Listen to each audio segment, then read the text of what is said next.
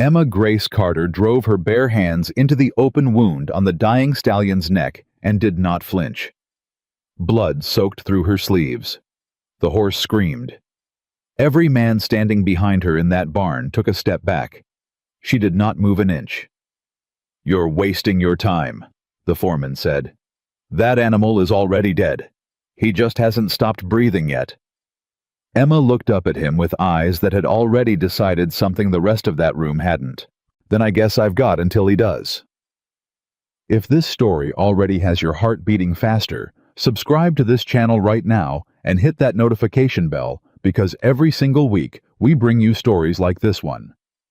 Drop your city in the comments below. Tell us where in this beautiful country you're watching from. I want to see how far this story travels. Now settle in, because what happened next in that barn on the edge of Red Hollow changed everything, and we're just getting started. The dying started 3 days before Emma arrived. That was what she pieced together afterward, talking to the ranch hands who wouldn't look her in the eye, and the stable boy who was the only one willing to tell her the truth. 3 days of fever. 3 days of a horse that couldn't hold food or water. 3 days of Wyatt Cole standing outside that barn at all hours of the night, his hat in his hands, staring at the door, like he was trying to decide something he didn't have the heart to decide. Shadow had been his horse for 11 years. 11 years was a long time for a man like Wyatt Cole to trust anything at all. The town of Red Hollow, New Mexico territory, sat at the edge of the Sangre de Cristo foothills, like it had been dropped there by accident and never bothered to move. It was a working town, cattle horses, dry goods, a post office that doubled as a barber shop on Saturdays. The kind of place where everybody knew which families had money and which families were pretending, and where a woman traveling alone was considered either a fool or a problem depending on who you asked. Emma Grace Carter arrived on the Tuesday afternoon stage with a worn leather suitcase, $14, and a name that meant nothing to anybody in Red Hollow. That was exactly how she wanted it. She had left Kentucky 6 weeks before with nothing but what she could carry and a letter of introduction from Dr. James Harlan of Lexington, who had trained her father in equine medicine and had watched Emma grow up doing the work her father taught her before his lungs gave out in the winter of 1881. The letter said she was skilled. It said she was trustworthy. It said any rancher who turned her away was making a mistake they'd regret. She'd shown that letter to 4 different operations between Kentucky and New Mexico. All 4 had turned her away before she finished the first sentence. The woman at the boarding house on Callaway Street, a Mrs. Ruth Delaney, had looked Emma up and down on the front porch with the particular expression of a woman who has seen too much and been surprised by too little. "You're looking for work," Mrs. Delaney said. It wasn't a question. "Horse care," Emma said. "Livestock management. Anything to do with animals that need tending." Mrs. Delaney was quiet for a moment. "You got family here?" "No, ma'am." "Husband?" "No, ma'am." Mrs. Delaney pressed her lips together. "Room's $2 a week. Breakfast at 6. I don't run a social house, so what you do and where you go after dark is your own business as long as you're quiet about it." "I'll be quiet about everything," Emma said. She was given the room at the end of the second-floor hall with a window that faced east and a narrow bed with a quilt that smelled like cedar. She unpacked her suitcase in under 10 minutes because there wasn't much to unpack. She set her father's medical kit on the windowsill, the old leather case with the brass clasp worn smooth on the corners from years of being opened and closed in barns and fields and the backs of wagons in the middle of the night. She had kept it through everything. Through the debt collectors and the lawyers, and the day they'd walked her off her family's property in Louisville with a court order she couldn't afford to fight. She had kept it because it was the one thing that still told her who she was. The next morning, she put on her cleanest dress and walked to every ranch within 3 miles of town. The first place she tried was the Harwick operation run by a red-faced man named Gerald Harwick, who laughed at her before she got through the gate. Not a polite laugh. Not even an unkind laugh that pretended to be polite.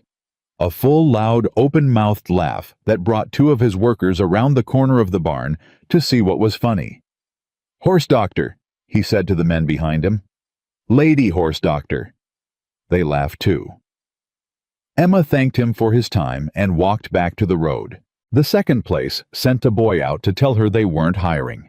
The third was a smaller spread run by a widow named Clara Ashe, who listened to Emma for a full 5 minutes before shaking her head slowly and saying, "Honey, even if I wanted to hire you, my husband's family would never stand for it. They already think I can't manage this place without a man. If I bring in a woman vet, they'll be here by Thursday trying to take the deed." Emma understood that one. She'd seen it before. "Good luck to you," Emma said. "Same to you," Clara Ashe said, and she meant it. It was on her way back from that third rejection walking the long way around the south end of town, because the long way took her past the pastures, and she always felt better when she could see horses that she first saw Shadow. She almost missed him. He was standing at the far end of the corral, near the Cole Ranch's outer fence, not moving the way a horse stands when he's resting, but the way a horse stands when movement costs something he can't afford to spend. Head low, weight shifted strange, one foreleg carrying more than it should. Emma stopped walking. She stood at the fence for a long moment watching. The horse's coat was dark as midnight, and she could see from 30 feet away that his breathing was off. Too shallow, too fast. The kind of breathing that happened when pain had been going on long enough to become the normal thing. She looked around. There was a hand mucking stalls near the gate. "Excuse me," she called. He looked up. "That black horse at the far end," Emma said. "How long has he been standing like that?" The hand squinted at her, then at the horse, then back at her. "Few days," he said, like it wasn't worth more words than that. "Has a doctor looked at him?" "Doc Ferris came out yesterday, said put him down." Emma looked at Shadow again. "What did the owner say?" The hand leaned on his pitchfork. "Mr. Cole said he'd think on it." Emma nodded slowly. "Is Mr. Cole around?"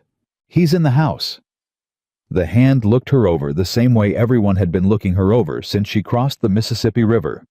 "You a friend of his?" "Not yet," Emma said. She walked to the front of the house and knocked. No answer. She knocked again. The door opened, and Wyatt Cole filled the frame.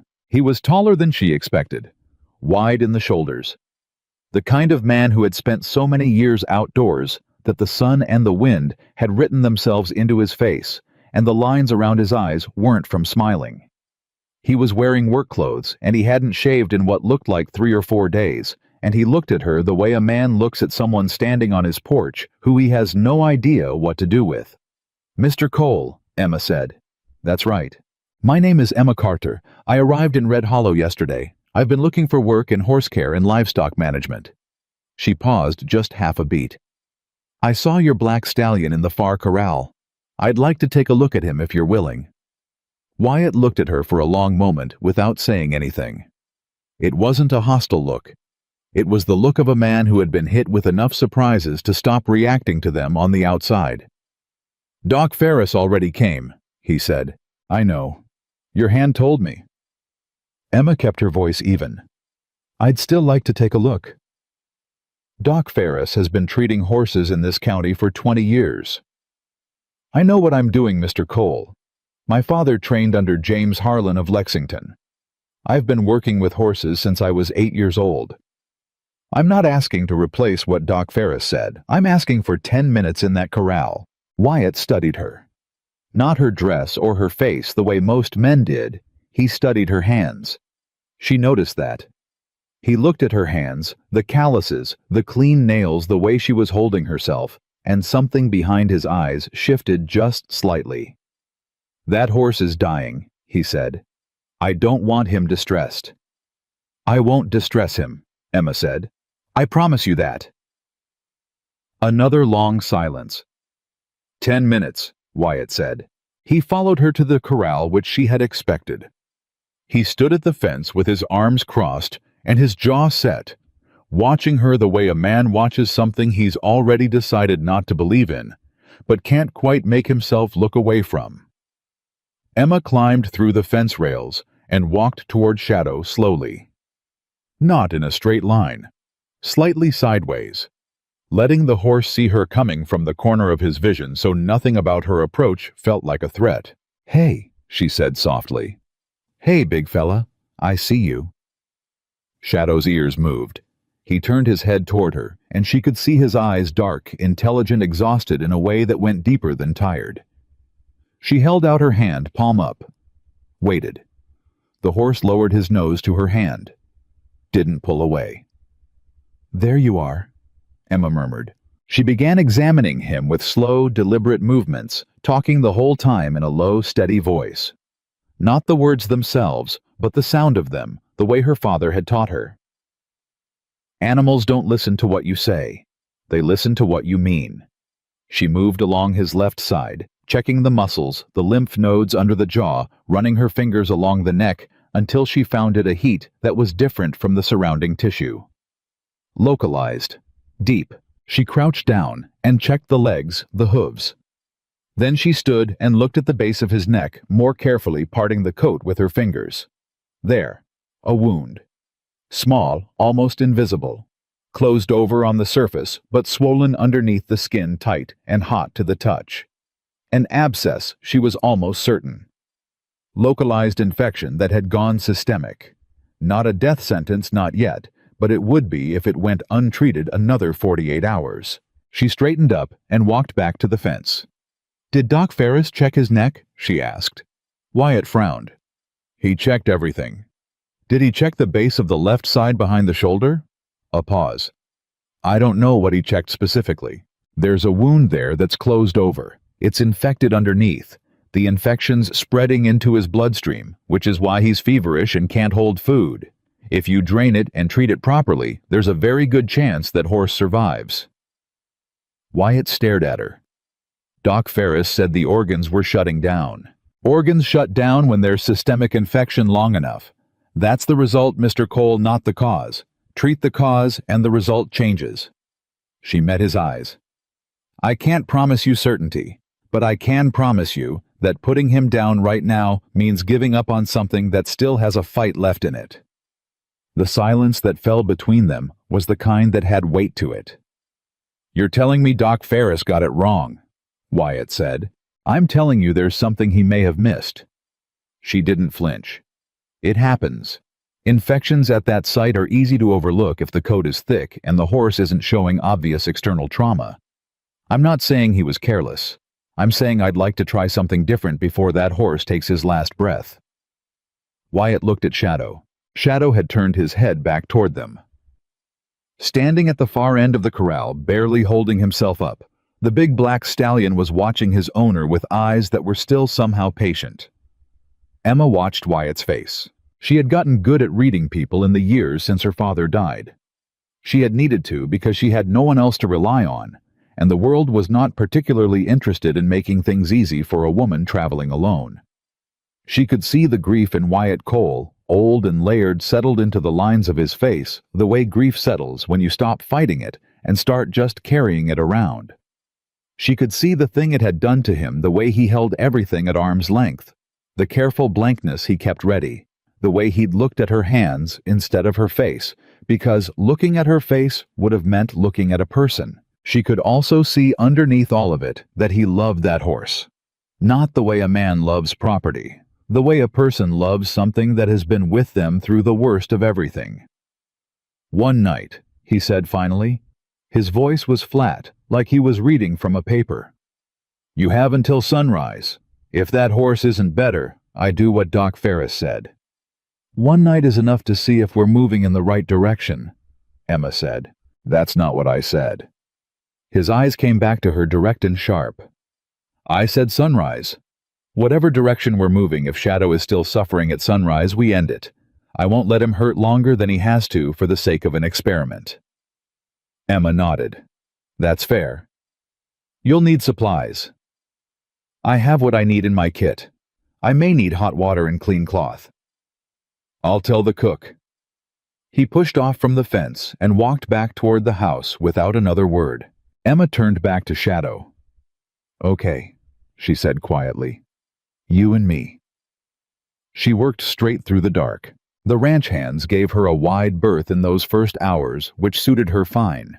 There were 3 of them who'd been on evening duty, a young one named Peter who couldn't have been more than 18, a thick-set man, Everyone called Dutch and Hank Miller, the foreman, who had the particular stance of a man who has decided he doesn't like you before you've opened your mouth and is just waiting for you to confirm it. Hank watched her set up her kit from the stall doorway, with his arms crossed, and his face arranged into careful neutrality that wasn't quite neutral enough to fool anyone who was paying attention. "You really think you know something Doc Ferris doesn't?" he said. "I think I found something Doc Ferris may have missed," Emma said. She didn't look up from what she was doing. "Those are different statements. Ferris has been doing this 20 years. I know, doesn't mean he can't miss something, neither can I."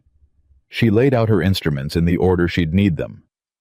"I'm not here to argue about Doc Ferris. I'm here to work." Hank made a sound in the back of his throat that wasn't quite a laugh and wasn't quite agreement. "Mr. Cole's gonna feel it twice as hard if that horse dies on your watch instead of natural." Emma's hands went still for just a moment. Then she picked up the next instrument. "Then I'd better make sure he doesn't die," she said. Hank pushed off the doorframe and walked away. The abscess was exactly where she'd felt it. She cleaned the site with the careful precision her father had drilled into her.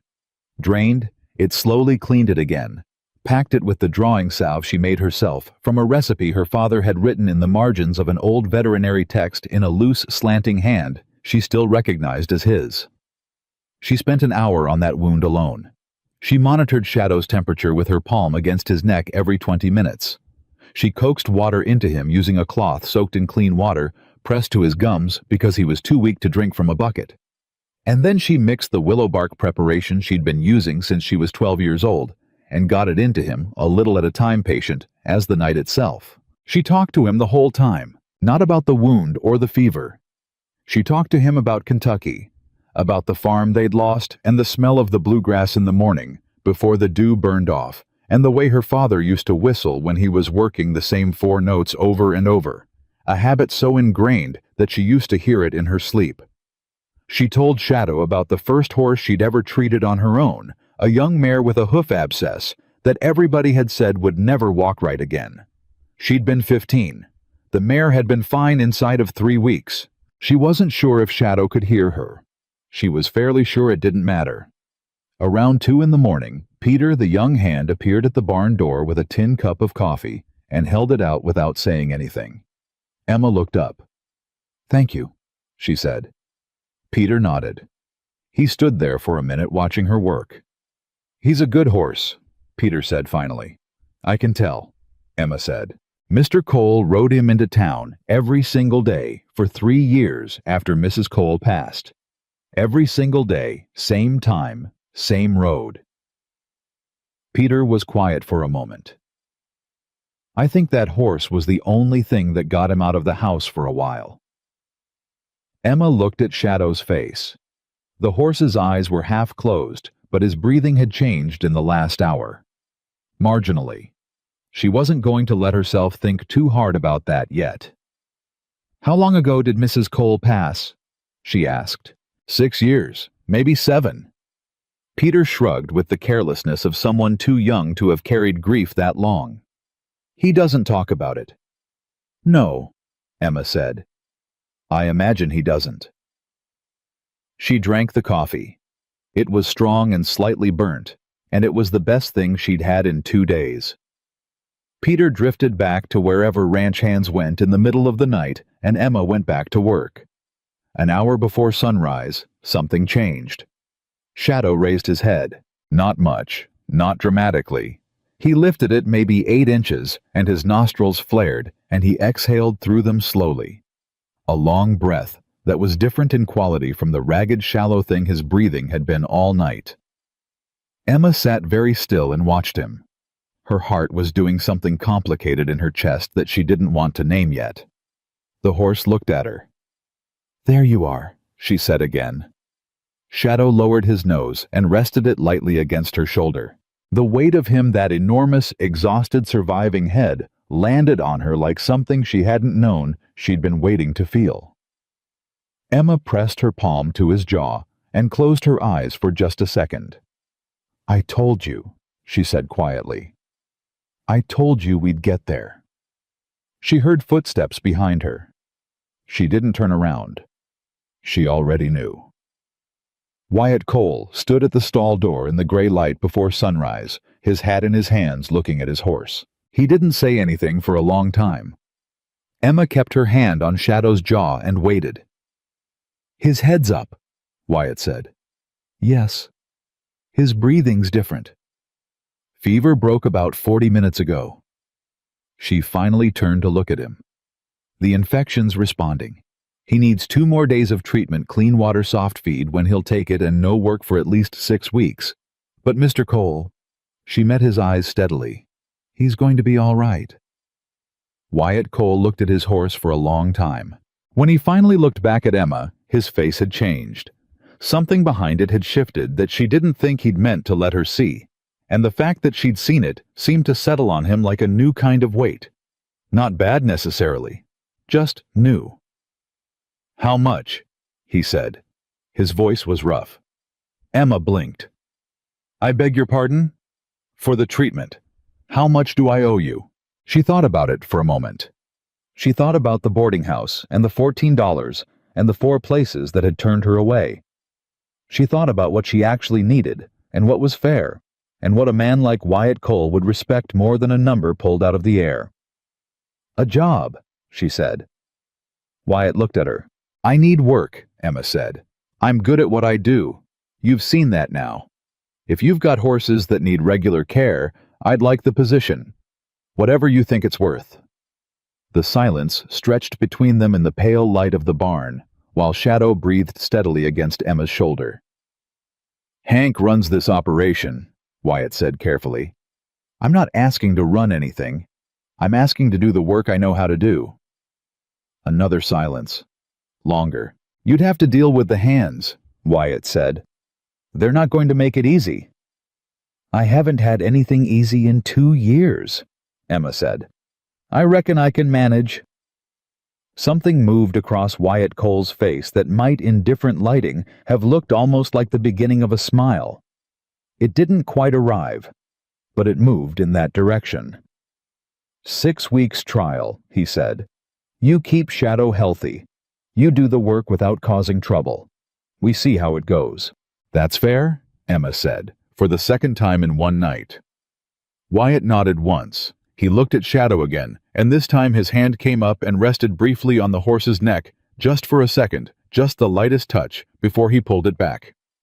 "Get some sleep," he said. "You've been up all night." "I'll rest when I've done the morning check," Emma said. Wyatt looked at her. "That's not negotiable, I reckon," he said. "No, sir," Emma said. "It really isn't." He turned and walked back toward the house. Emma watched him go. Then she turned back to Shadow, who had lowered his head again and was resting with the particular heaviness of an animal who has been through something hard and come out the other side. She pressed her forehead briefly against his nose. "Don't tell anyone I did that," she murmured. Shadow exhaled. The sun came up over the Sangre de Cristo Mountains and fell through the open barn door in long dusty bars of gold, and Emma Grace Carter knelt in the straw, next to a horse that should have been dead, and thought for the first time in a very long time that maybe she was exactly where she was supposed to be. She didn't know yet what was coming. She didn't know about Hank Miller and what he stood to lose if she stayed. She didn't know about Eleanor Whitmore and what she wanted from Wyatt Cole's land, and why a woman who could hold a dying horse through the night was the most dangerous thing to her plans. She didn't know the sabotage that was coming, or the storm, or the night on the mountain, that would change things so completely that Red Hollow would never quite look the same again. She only knew that Shadow's fever was gone, and that she had told Wyatt Cole she would stay, and that for the first time in 2 years she had somewhere to be in the morning. That for now was enough. The morning after Shadow's fever broke, Emma learned something important about Wyatt Cole's ranch. The silence at breakfast was a language all its own. She came into the cookhouse at 5:30, still wearing the same clothes she'd worked in all night, her hair pinned back with 2 of the 3 pins she had left, and every man at that table stopped eating at the same moment and looked at her the same way. Not hostile, not welcoming, but the particular careful blankness of men who have been told something is temporary and are reserving judgment until it proves itself otherwise. Hank Miller sat at the head of the long table. That told Emma everything she needed to know about how things worked here. She took the open seat at the far end, poured herself coffee from the pot on the stove, and said good morning to nobody in particular. A couple of the hands nodded. Dutch, the thick-set man from the night before, went back to his eggs without acknowledging her at all. Peter gave her a small apologetic look from across the table, like he was sorry for something he hadn't done yet. Hank didn't say a word. He just watched her pour that coffee with the expression of a man calculating something. Emma drank the coffee and thought about Shadow's temperature and whether she needed to adjust the salve mixture, and didn't waste a single second wondering what Hank Miller was calculating, because she already knew. She'd met men like Hank on every ranch she'd ever tried to work. Men who had built their position out of being the most indispensable person in the room, who understood that their value depended entirely on nobody else being too valuable who could smell a threat to their standing the way horses smelled weather. The threat didn't have to be real, it just had to exist. She was enough of a threat by simply being there. After breakfast, she went back to Shadow. His temperature was down another half degree. He drank from the bucket this time, real drinking, not the small, careful sips she'd been encouraging through the night. She cleaned the wound site, applied fresh salve, stood back, and watched him move his weight from foot to foot, with a cautious kind of energy like a man testing the floor after a long illness. "You're feeling something today," she told him. Shadow tossed his head once lightly, like agreement.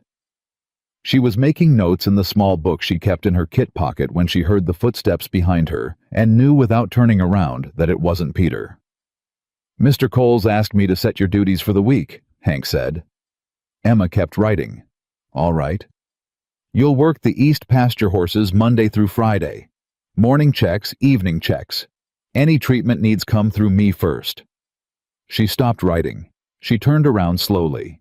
Hank had his thumbs in his belt loops, and his chin up, the physical language of a man who has rehearsed something and is delivering it more confidently than he feels. "Any treatment needs come through you first," Emma repeated. "That's right. So if I'm doing a morning check and I find a horse with an infected hoof, I come and find you before I treat it." That's what I said. Emma looked at him for a long, steady moment.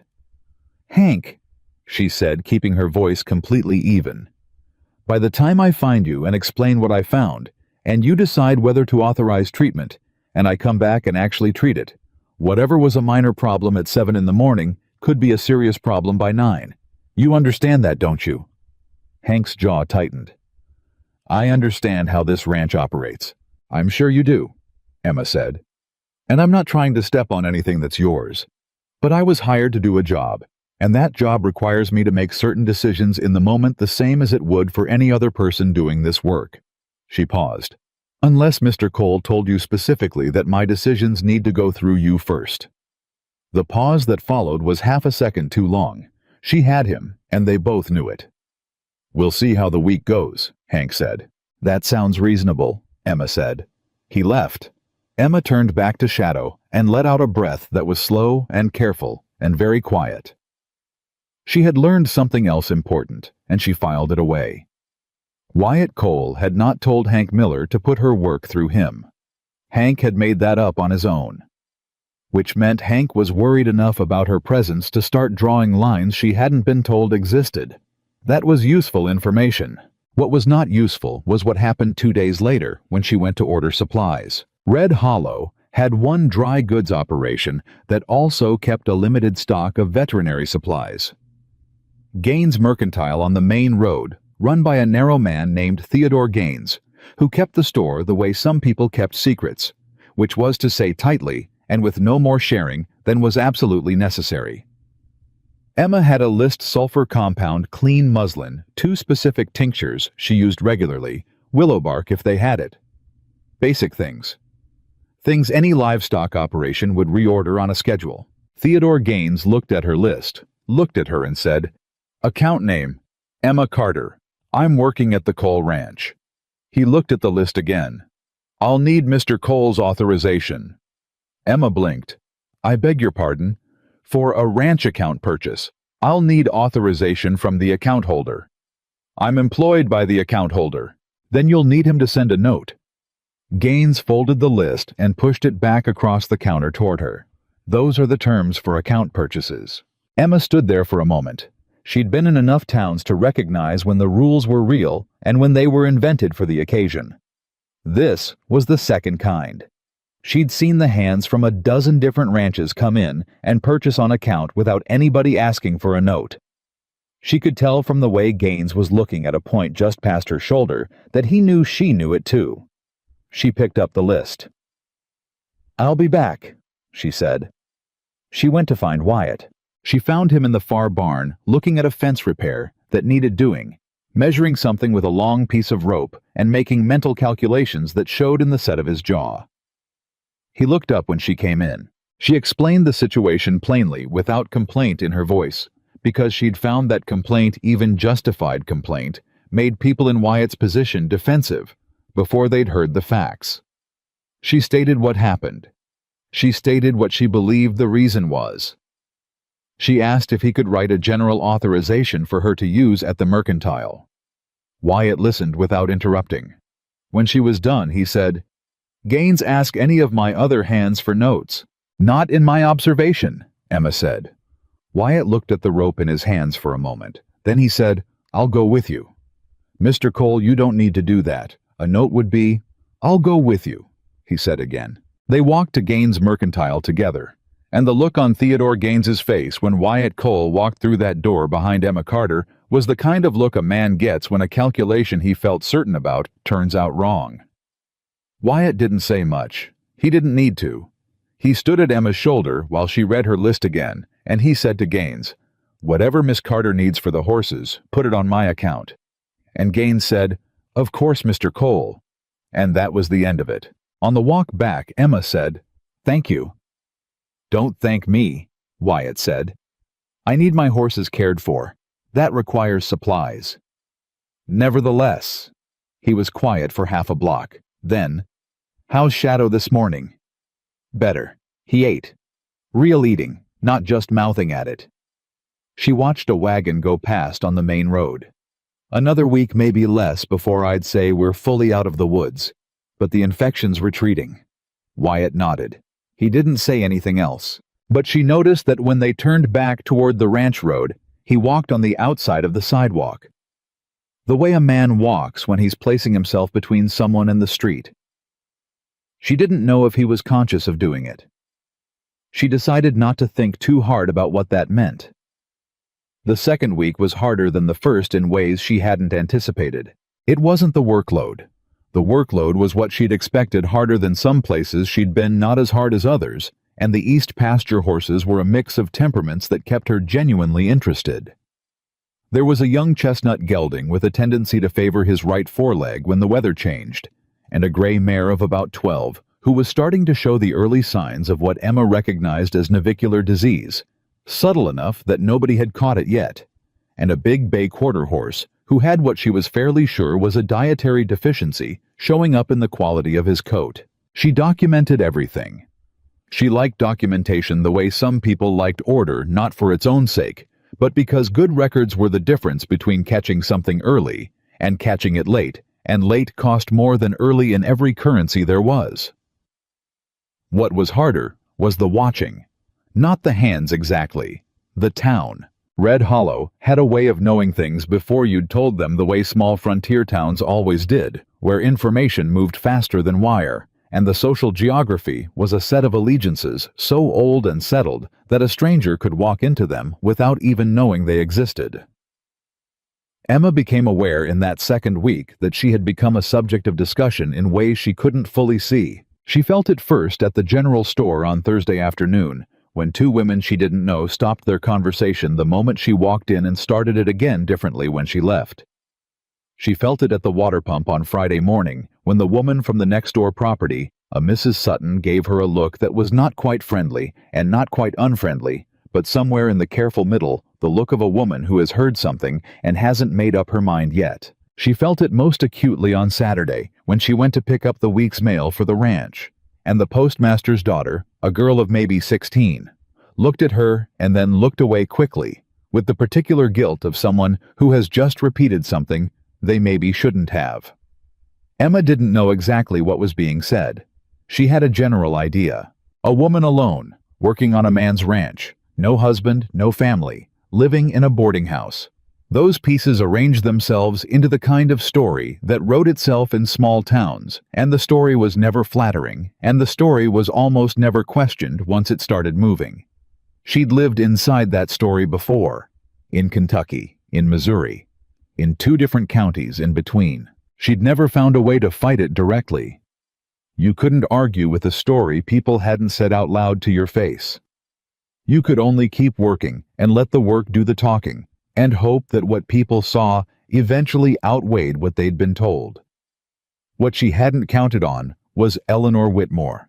She first saw Eleanor Whitmore on a Wednesday in the 3rd week, which was already a milestone because Shadow had walked the length of the east pasture that morning under his own power, with his head high, and Emma had stood at the fence watching him, and felt something in her chest unlock that had been pressed tight for a long time.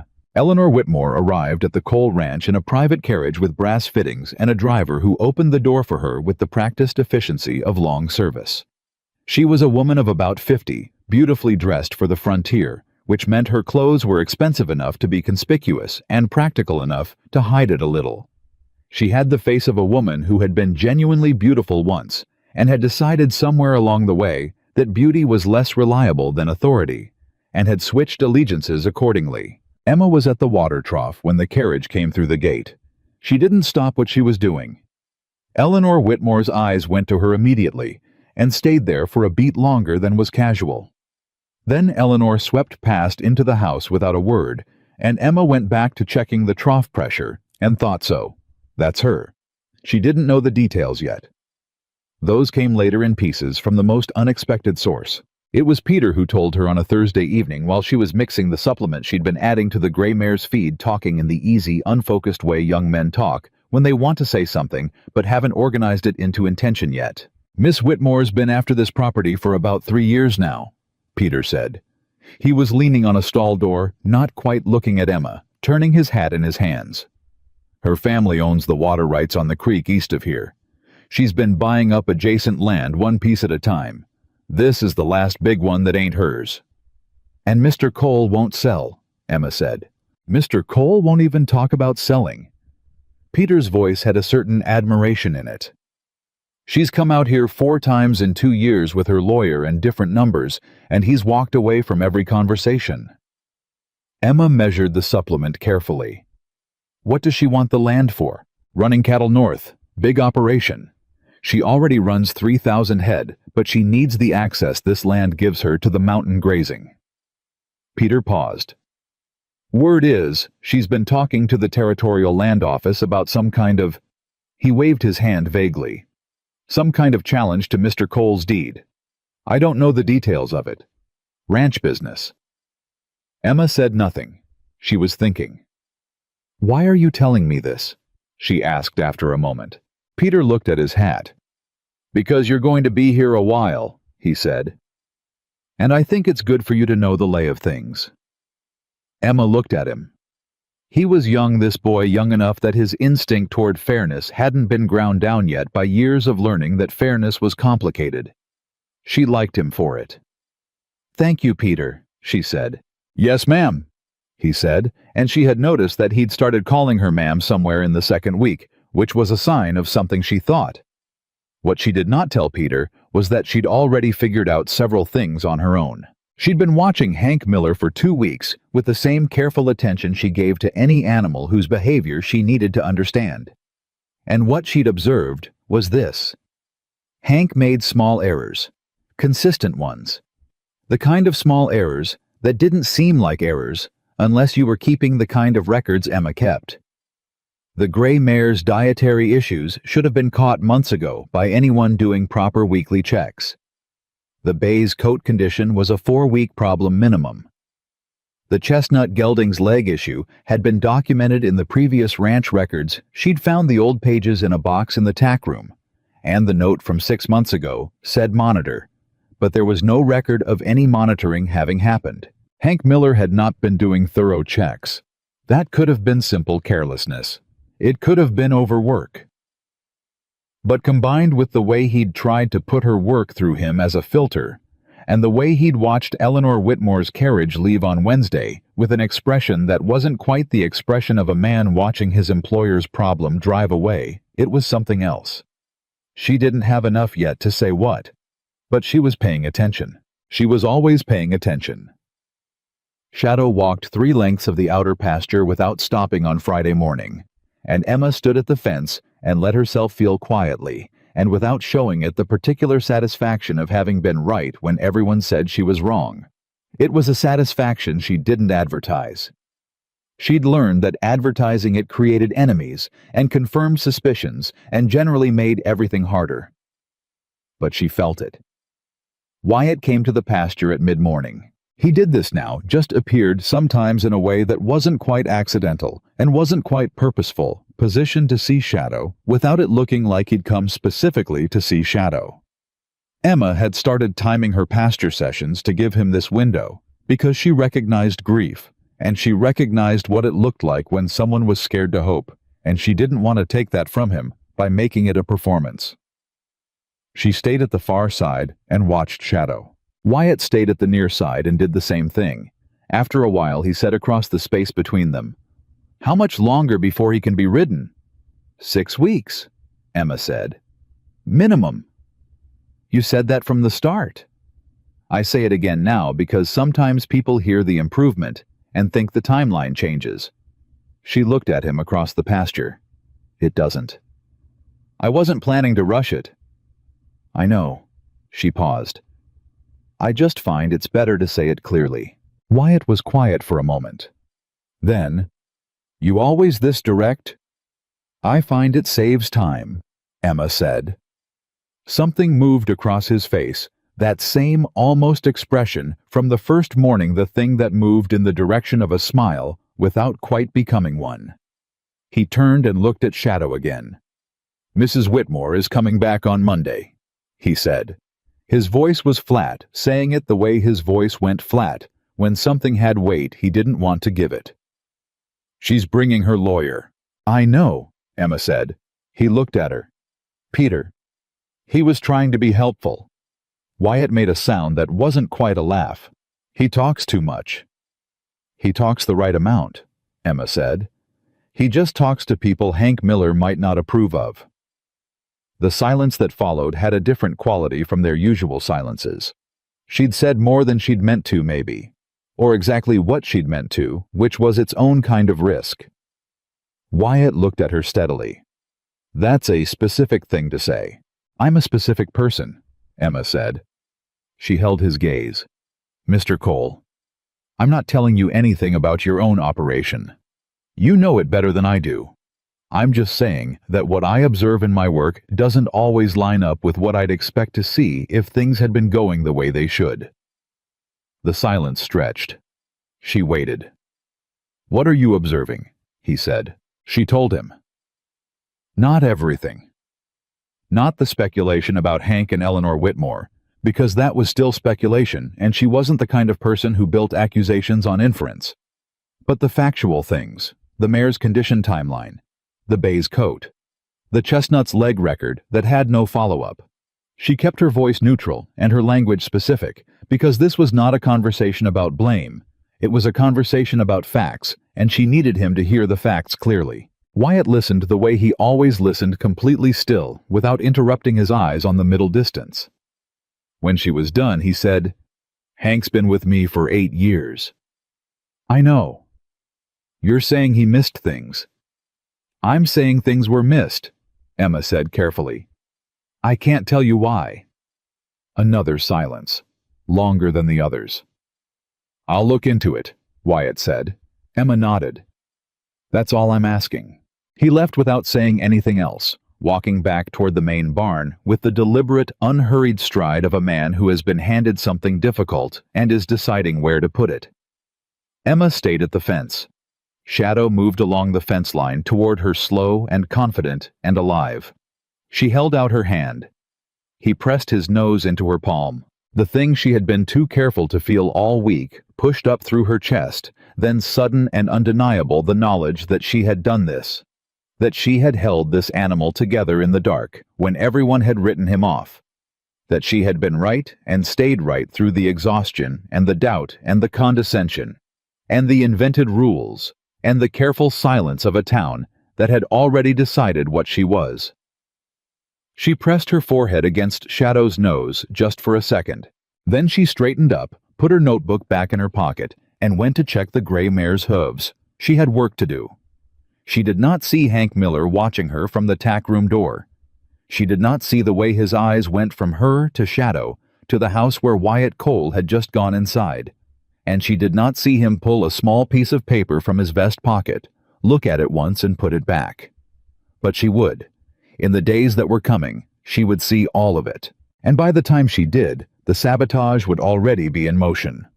Wyatt came back from that conversation with Eleanor Whitmore's lawyer, looking like a man who had been handed a problem he hadn't expected, and was still deciding how angry to be about it. Emma was at the water trough checking the pressure fitting when he came through the gate, and she could tell from 20 yards away that something had shifted.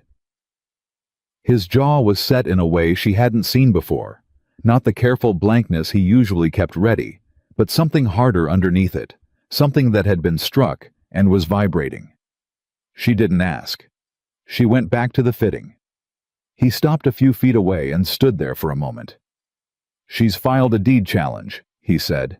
Emma kept her hands on the fitting. "On what grounds?" "Clerical error in the original survey. 18 years ago." His voice was controlled the way water is controlled behind a dam, by pressure, not by peace.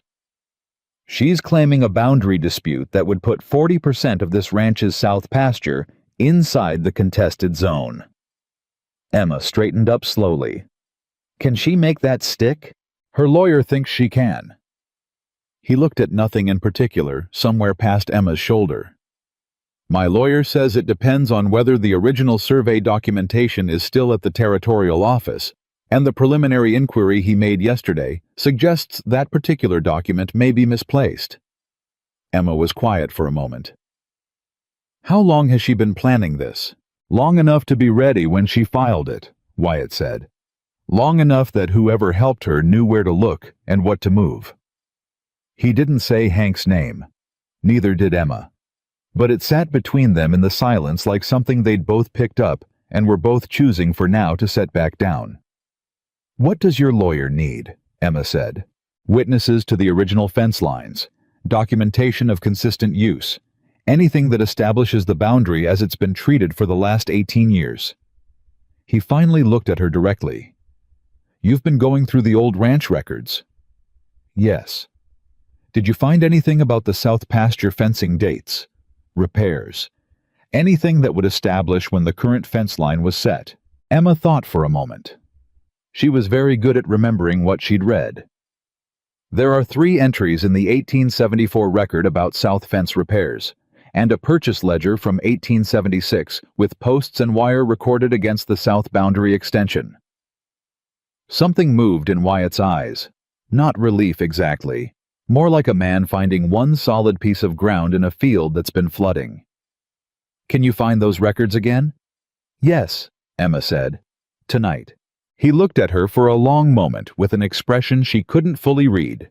Not gratitude exactly, but something adjacent to it, and underneath it something more complicated, something that had to do with having asked, and with what it meant that he'd thought to ask her. "Thank you," he said.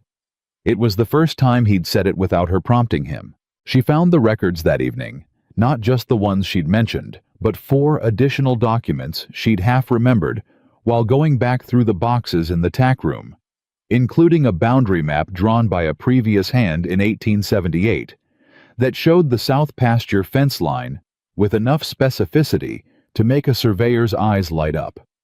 She laid everything out on the work table in the tack room in chronological order, and left a note for Wyatt telling him what she'd found. She was back in the barn checking Shadow's wound site, which was nearly healed, now almost invisible.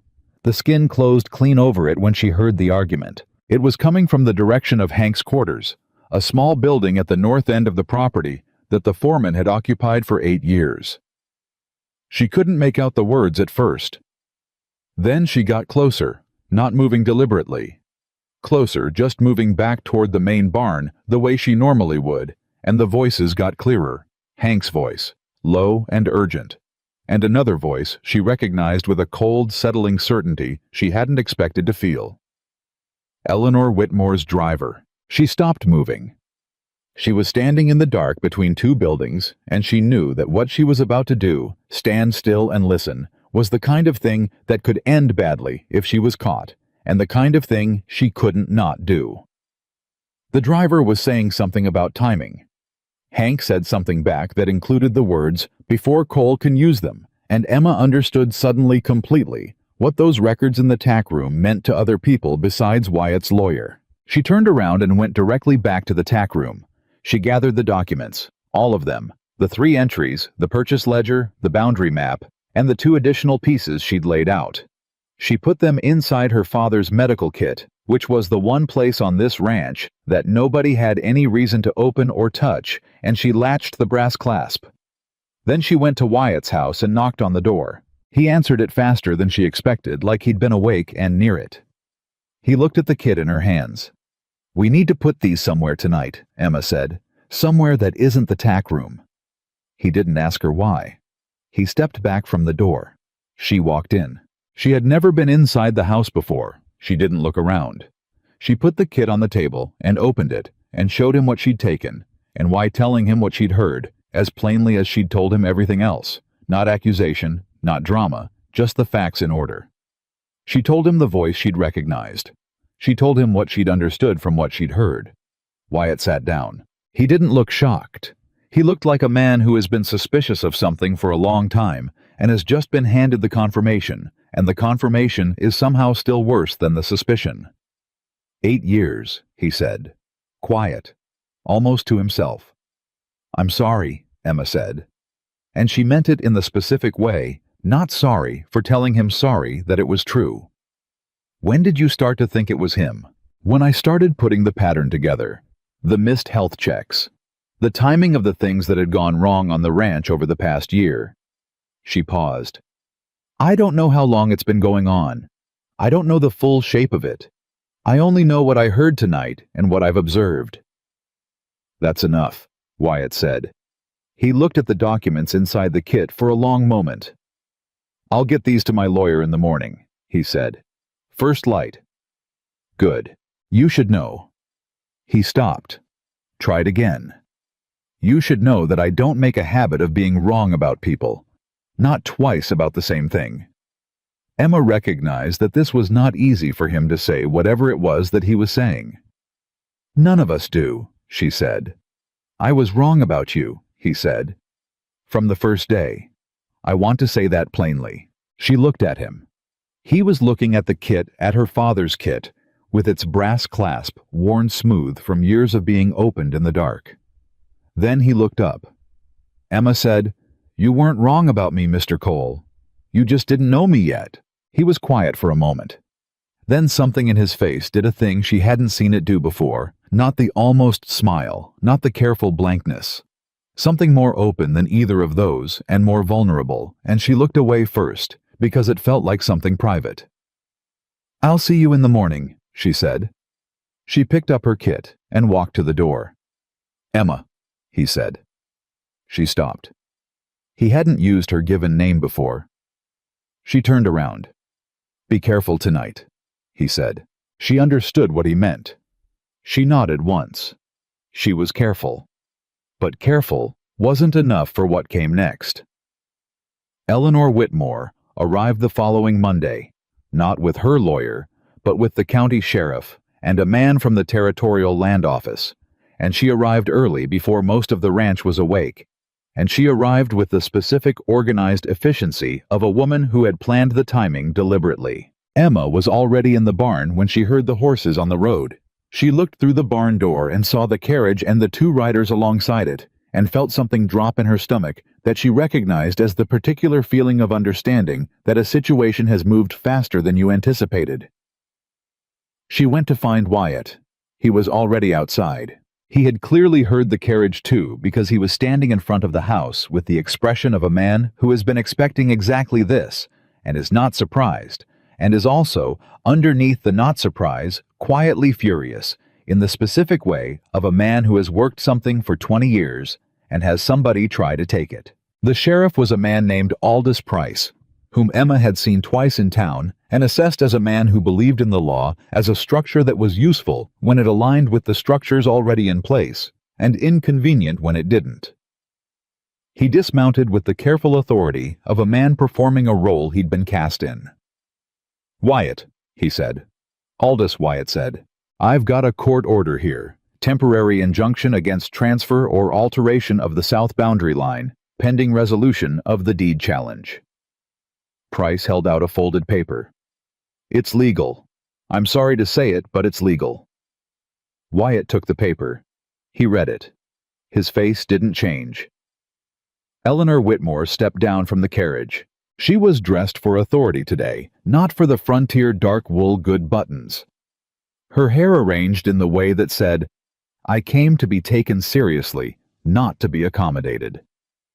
She looked at Wyatt with an expression that was almost sympathetic, and was not sympathetic at all underneath. "I truly didn't want it to come to this, Wyatt," she said. "I imagine not," Wyatt said. "If you'd been willing to discuss reasonable terms, Eleanor." His voice cut through the sentence without raising.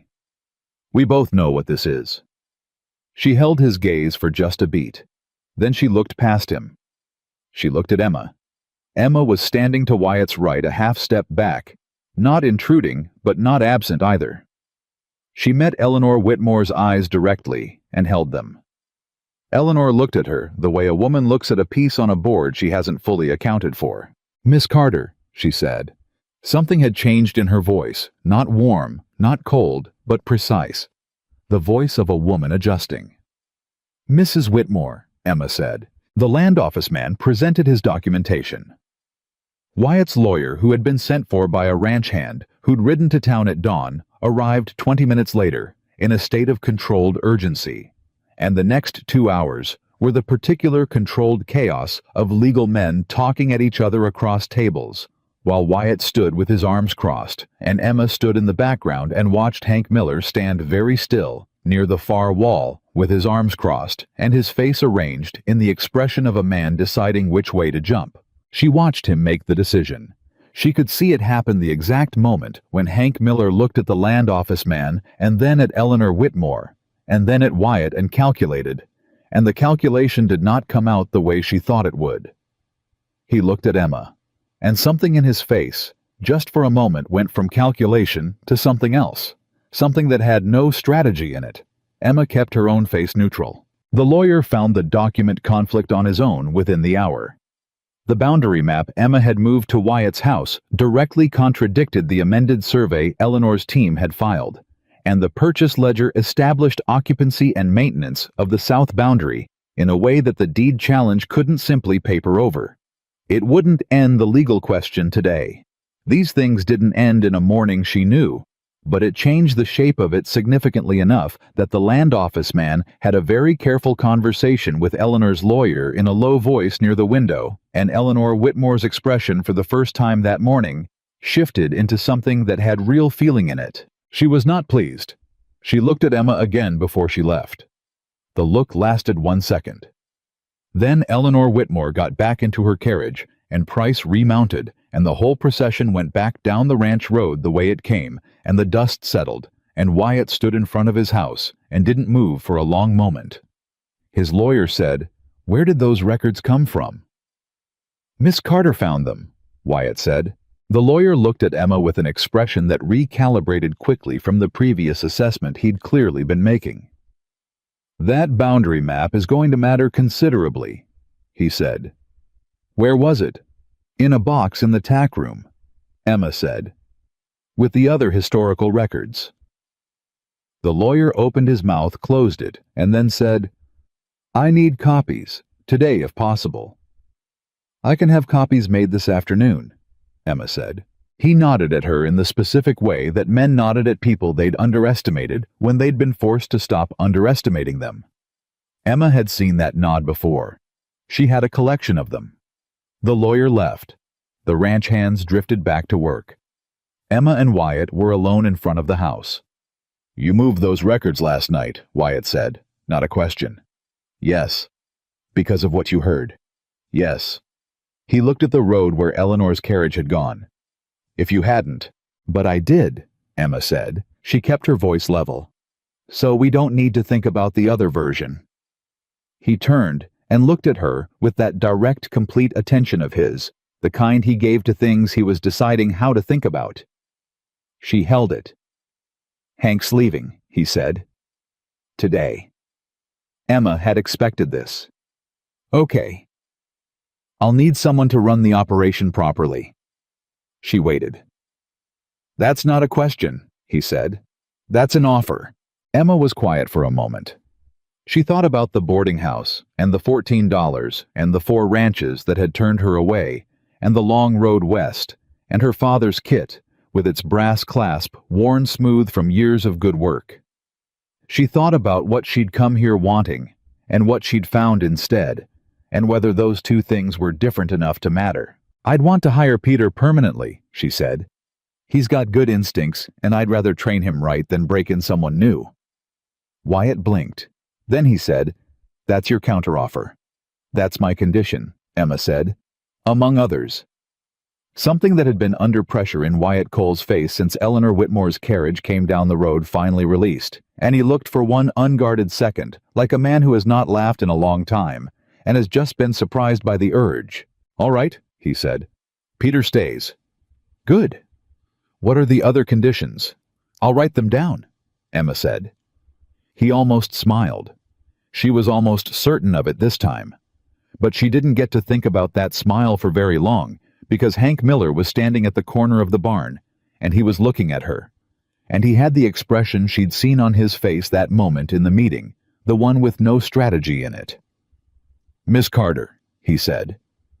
Emma turned. Hank stood there with his hat in his hands, which she'd never seen him do. He was a man of about 50, big through the shoulders, with the particular weathering of someone who'd spent decades outdoors and hadn't always been gentle with himself. He looked standing there like someone who had taken something heavy out of the place he'd been storing it and was now holding it and wasn't entirely sure what to do with it in the open air. "I owe you an apology," he said. Emma waited. "I wasn't right to you, from the first day." He turned the hat in his hands. "I made it harder than it needed to be, and I made it personal, and that wasn't fair." "No," Emma agreed. "It wasn't. I also—" He stopped.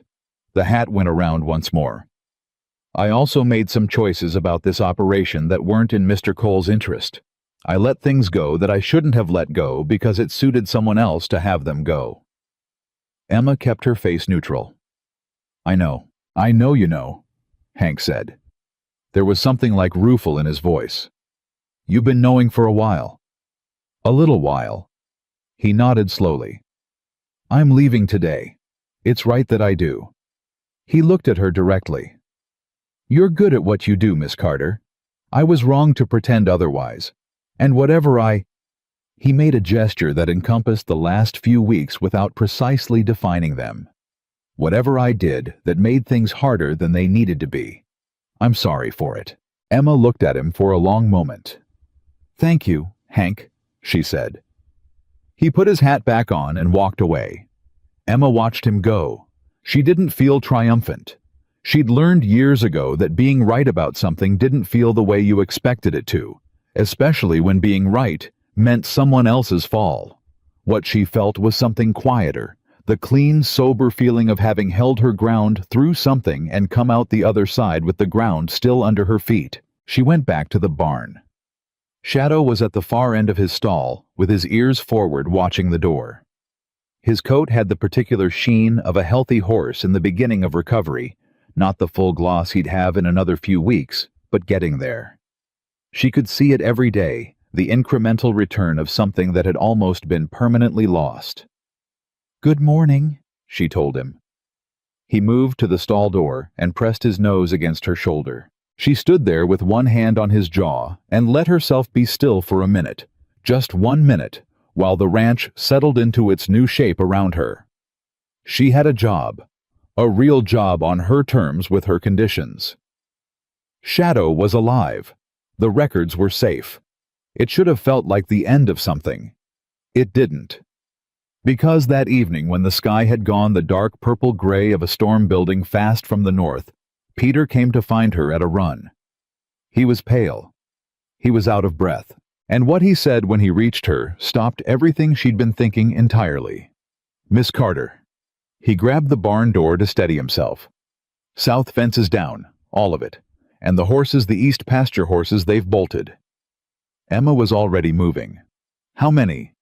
"7, maybe 8. "Which direction?" Peter pointed north. Emma looked north. The storm was coming from exactly the same direction, fast and black and enormous. And somewhere out in front of it were 8 horses running toward the mountain terrain that started about 3 miles out and got steep very fast very quickly. She thought about Wyatt's words from the morning, 40% of his ranch's south pasture inside the contested zone. She thought about Eleanor Whitmore's face when she'd left. She thought about the piece of paper Hank had put back in his pocket 2 weeks ago, and the driver's voice in the dark, and before Cole can use them. She didn't think it was an accident. She grabbed a lantern from inside the barn door and the lead ropes from the hook and turned to Peter. "Get Mr. Cole," she said. "Tell him what you told me. Then saddle 2 horses and bring them to the south gate." "Miss Carter, the storm." "Peter." She met his eyes. "Go, now." He went. Emma looked north again. 7 horses. Mountain terrain starting at 3 miles. A storm that was going to hit within the hour. And somewhere in those 7 horses, she already knew it the same way she'd known about the infection, the same way she'd known to move those records. Shadow was out there. She didn't know how she knew. She just did. He'd been cleared for light pasture movement 2 days ago. Someone had moved him to the east pasture this afternoon. She'd been in the tack room when it happened and hadn't checked. She started walking toward the south gate. She was running before she reached it. She found the first 3 horses within a mile of the south gate. They'd stopped running when the terrain got rough and the storm noise got loud, bunched together, the way horses do when fear becomes too big to carry alone, standing with their heads pressed close, breathing hard, their legs shaking with the kind of adrenaline that takes a long time to burn off. Emma slowed her run to a walk the moment she saw them, dropped her energy down deliberately, let her breathing go slow and audible, and talked the whole time in the low, steady voice that meant nothing and everything. "Easy. Easy now. Nobody's chasing you. Nobody's chasing you." The nearest one, the bay, the one with the coat condition she'd been treating, turned toward her voice and trembled. "There you are," Emma said. "Come on." She got the lead rope on the bay first, then the chestnut gelding, then the gray mare who had been standing slightly behind the other 2 in the particular way of a horse who has learned that staying close to something familiar is the safest strategy available. 3 ropes in her hands, 3 horses breathing hard against her, and the storm getting closer with every minute. She looked north. 4 more horses out there somewhere. And Shadow. She made a decision fast. She couldn't take all 3 back herself and go back out in time. The storm was maybe 40 minutes out. Now the sky, the particular dark that came right before everything went wrong. She needed to secure these 3 and go. She looked around and found what she needed: a fallen pine at the edge of the trail, solid enough with a branch configuration she could use. She tied all 3 lead ropes to the branch with knots her father had taught her, the kind that held under pressure and released clean when you pulled the right end. "Stay here," she told them, which was a thing you said to horses, not because they understood the words, but because the steadiness of saying it helped them stay. She went north. The trail got steeper faster than she'd expected. She'd been on foot out here twice for pasture checks, and it was different on foot in the dark with a lantern and a storm coming than it was in daylight on horseback. The ground under her boots was already going soft from the early rain. The first light drops coming down now, cold and sharp, the kind of rain that was the advance scout for something much more serious. She heard a horse before she saw one. High, frightened sound, not a whinny. Exactly, more the sound a horse makes when it has run as far as it can, and the fear has nowhere left to go, and has started turning into something worse. She held the lantern higher. There, 2 horses stopped against a rock face about 30 yards off the trail. She got both of them on ropes without too much difficulty. The fear making them easier to handle in some ways, fear collapsed the fight or flight into just fear, and sometimes pure fear went still when something calm walked into it. She tied them to a pine with the same knots. 2 down. Shadow and 1 other still out there. The rain came harder. Emma pulled her coat tighter and kept moving. She heard it before she saw it. Not a hoarse sound, but the particular sound of rock and loose earth shifting. Something giving way and then stopping. And then she heard Shadow, and she knew it was him. The same way she'd known from the beginning. The same way she'd known about the infection. Some knowledge that lived below words. She found him at the edge of a drop she couldn't see the bottom of in the dark. He'd gone off the main trail in the dark, following something, or running from something, and the ground at the edge of the drop had given partially under his weight, and he was standing with his front legs on solid rock and his back legs on ground that was loosening with every second of rain. He was rigid with terror, not moving.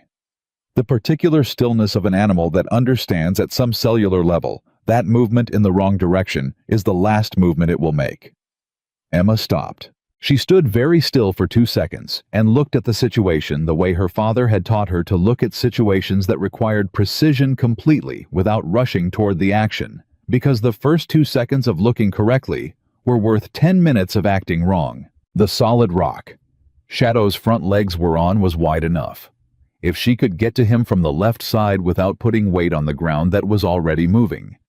If she could get a rope on him and get him to shift his weight forward onto the solid rock rather than backward. It was possible. It was genuinely possible. It was not guaranteed, but it was possible, and possible was what she had. She set the lantern on a rock behind her where it would throw light toward him without blinding him. She moved left wide, stepping where the ground was solid, testing each foot before she put her weight on it, talking the whole time in the voice that wasn't about words. Shadow. Shadow, hey. I see you. I'm right here. I'm coming to you. Nobody's asking you to move yet. Nobody's asking you to do anything. Just listen to me. Just listen. His ears moved toward her voice. His breathing was the fast, shallow terror breathing she'd heard that first night in the barn, and the recognition of it hit her somewhere complicated, that she'd heard this horse breathe like this before, and had brought him back, and she was going to bring him back again. She was. She absolutely was. She was close enough to touch him. She put her hand on his neck first, just her palm flat against the skin, and she felt the trembling through her whole arm. "I've got you," she said. "I've got you. Stay with me." She got the lead rope over his neck slowly. He flinched at the weight of it, and she felt the ground under his back legs shift, and she said sharply, "Forward, Shadow, forward now." And she pulled the rope, not hard, not with force, but with the specific directional pressure that meant this way and only this way. And she put her body weight slightly forward, leaning toward the solid rock, giving him something to follow. He hesitated. 1 second. 2. Then he stepped forward. Both back legs came up onto the solid rock, and Shadow was trembling against Emma's body, his head over her shoulder, his whole enormous weight pressing into her, and she held him and breathed with him and said nothing for a moment. Just breathed because he needed to feel that there was air to be had and that she was still in it with him. "Good boy," she said finally. "Good boy. That's it. That's it." She stood there in the rain with Shadow pressed against her and her legs shaking in a way she hadn't noticed until the crisis passed. It was only then that she heard Wyatt. He came up the trail at a run, Peter behind him with a second lantern, and she could hear him before she saw him because he said her name. Not Miss Carter, not the careful formal distance he'd kept, but Emma with the particular quality of a person who has been afraid and is running toward the thing that caused the fear. He came around the curve of the trail and stopped. He saw Shadow first. She could see it, the relief hitting him so fast it changed his posture, his shoulders dropping the rigid forward momentum of a man running toward disaster, going soft when he saw his horse standing. Then, he saw her. He covered the remaining distance and stopped an arm's length away from her and looked at her the way people look at someone who has just come back from somewhere dangerous, checking the way you check someone when you've been afraid, going over them for damage. "You're all right," he said. It wasn't a question, but it wanted an answer. "I'm all right," Emma said. "Shadow. He's all right. He went off the trail near that drop. He needs to come down slow. The ground's still moving up there, but he's solid right now. He's okay." She paused. "There's one more out north. I couldn't reach him before I found Shadow." "Dutch is coming up behind us," Wyatt said. "He'll find the last one." She nodded. He looked at her again, still checking. She let him because she understood it. "I told you," he said. His voice had something in it she hadn't heard before, something that had been held at a certain distance from the surface for a long time, and was much closer to it now. "I told you to be careful." "I was careful," Emma said. "You were at the edge of a drop in the dark in a storm." "And I'm standing here talking to you," she said steadily. So the care worked. His jaw tightened, and then released, and he looked at Shadow, and then back at her, and the thing behind his eyes was close enough to the surface now that she could name it. She just didn't say it out loud. Peter appeared at Wyatt's shoulder with the spare lead rope. "I'll take Shadow down." Peter said, his voice careful and deliberate, the voice of a young man who understood that he was in the middle of something that was more than a horse rescue and was choosing to be useful rather than part of it. Wyatt stepped back and let Peter take the lead rope. He and Emma walked behind down the trail in the rain close enough that their arms occasionally touched in the dark. Neither of them moved away when it happened. Dutch found the last horse 200 yards off trail, spooked but uninjured, and had it back at the ranch before Wyatt and Emma came through the south gate. All 8 horses accounted for. Shadow moving carefully but steadily, Peter talking to him the whole way down in an unconscious imitation of Emma that she noticed and felt something warm about. The rain had become serious by the time they got back. Emma settled Shadow in his stall, checked his legs, his breathing the wound site that was almost completely healed, and found nothing that the night had damaged. The horse pressed his nose into her shoulder in the way he did now, automatic and certain. She was sitting on the stall floor with her back against the wall, her eyes closed, letting the shake work its way out of her legs the way it needed to when Wyatt came into the barn. He sat down on the other side of the stall door. Neither of them said anything for a while. The rain was loud on the roof. Shadow shifted and settled. The other horses moved and breathed in the dark. "Tell me what you know," Wyatt said finally. Emma opened her eyes. She told him everything then. Not the careful, edited version she'd been carrying, the full shape of it, the way she'd assembled it piece by piece over the weeks. The note in Hank's pocket. The driver's voice in the dark. The way the south fence had gone down clean, not weathered, not broken under pressure cut. She'd seen the post when she ran past it. It was cut. She told him about Eleanor Whitmore's face when she'd left that morning and the calculation in it, and how someone who had filed a deed challenge and lost the first round on a Monday might want a very different kind of leverage by Tuesday. 8 horses running into mountain terrain in a storm was the kind of disaster that changed a ranch's operating position. Not permanently, but enough to make a man look at his situation differently. Enough to make him more receptive to a conversation about terms. She told him she thought Hank had left and gone straight to Eleanor Whitmore's operation, and she thought it was one of Whitmore's men who had come back and cut that fence. Wyatt listened to all of it without moving. When she finished, the silence lasted longer than usual. "I need you to tell me one thing," he said. "All right." "Is this the kind of thing you can prove?" Emma thought about it honestly. "The fence post is still out there with the cut marks on it. That can be examined. Hank's whereabouts tonight can probably be established. Whether any of that connects back to Eleanor Whitmore formally?" She paused. "That's harder. These things usually are." "Hank doesn't have money," Wyatt said. "Whatever he did it for money, or he did it because someone had something on him." Emma had considered this. "Do you know anything that someone might hold over him?" Wyatt was quiet for a moment. When he spoke, his voice had the flat quality of something he'd known and not looked at directly. "He had a situation a few years back. Before my time on this property, technically, but the man he'd worked for before me would have known about it. Eleanor Whitmore bought that man's operation in 1880. Emma let that settle. "So she would have had access to whatever was in those records," she said. "Possibly. And if there was something in those records that could damage Hank, then she'd have had 8 years of leverage," Wyatt said. "And she would have had it before she started coming to me about the land." The shape of it assembled itself completely and sat between them in the dark. 8 years. Hank had been on this ranch for 8 years. Eleanor Whitmore had been buying adjacent land for 8 years. "Emma," said Mr. Cole. "Wyatt," he said. She looked at him. In the dark, with the rain on the roof and Shadow breathing steadily behind her, she could see his face clearly enough. He was looking at her directly. "Wyatt," she said. The name felt different in her mouth than the formal address. Simpler. "Your lawyer needs to know all of this tomorrow morning."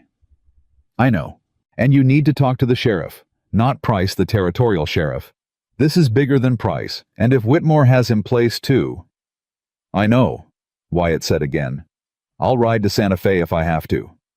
"You might have to," Emma said. "I know." He paused.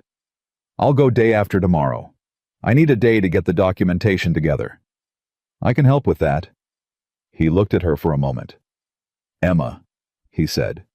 "Yes." "Why are you still here?" She understood the question. It wasn't what it sounded like on the surface. It wasn't small or diminishing. It wasn't the town's version of, "Why is a woman alone doing this?" It was the real question. The one underneath. Why are you doing all of this for a ranch that isn't yours, and a man who took 3 weeks to say your given name, and a horse that almost died twice? She thought about it honestly. "Because Shadow's here," she said finally. "And the work's here. And because—" She stopped and found the true thing, and said it plainly, because that was how she said things. "Because the first night I came here, you gave me one chance when you didn't have to. And I don't walk away from that. Not from the work, and not from the person who gave me the chance to do it." Wyatt looked at her. The rain came down. Shadow breathed behind her. Wyatt said, "My wife's name was Alice." Emma went still. She hadn't been expecting that. She didn't say anything. She understood that he was not making a comparison and not building to something. He was just saying a true thing, because she had just said one. "She died of fever, winter of 1879. His voice was careful and even. "Shadow was a 3-year-old colt when she died. She'd named him the summer before." He paused. "After she was gone, He made a small movement with his hand that stood in for a lot of years of a lot of things. "I didn't do well for a while. Shadow was the reason I kept to a schedule. You ride a horse every day, you have to get up every day, you have to feed him and water him and keep him right. I needed something that needed me." He looked at the stall. "He needed me back. 7 years we've been doing that for each other." Emma said nothing for a moment. "She chose well," Emma said quietly, "with the name." Wyatt looked at her. "He carries things in the dark," Emma said. "That's a Shadow's work." Something moved across Wyatt Cole's face that she'd never seen on it before.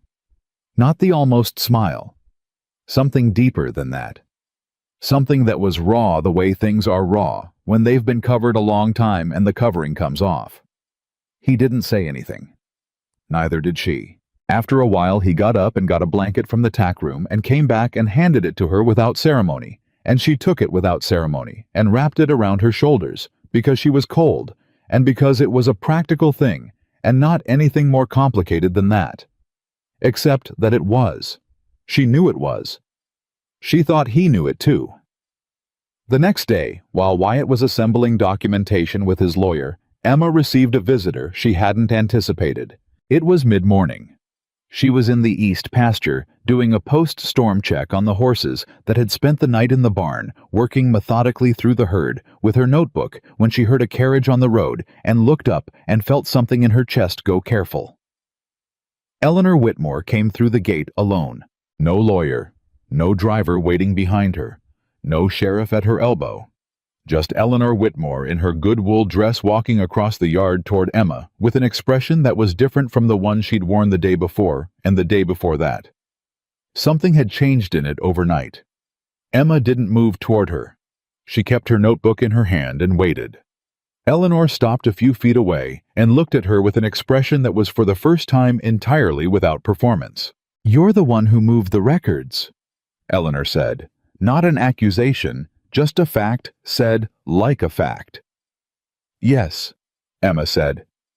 Eleanor looked at her for a long moment. "I came to tell you something." Emma waited. "Hank Miller came to my house last night," Eleanor said. "After the fence. He told me what he'd done, and he told me he was done." A pause.